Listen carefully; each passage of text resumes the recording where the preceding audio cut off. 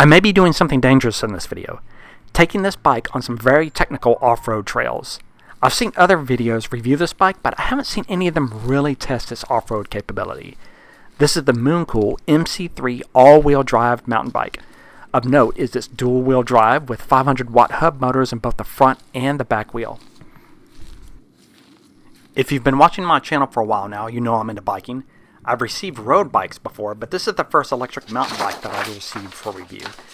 I'm pretty stoked to go try it out.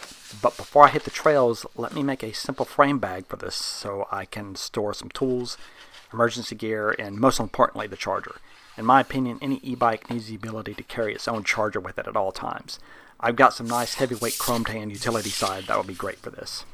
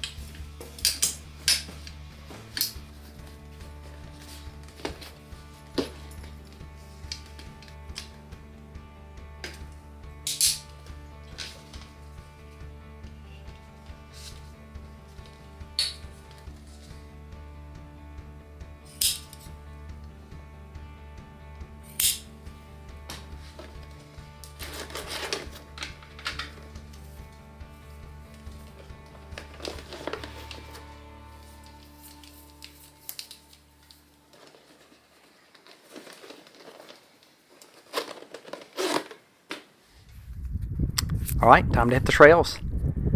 This is Sansom Park, Fort Worth, one of my go-to rides. This is a good mix of intermediate to expert level trails right in the middle of my hometown of Fort Worth, Texas.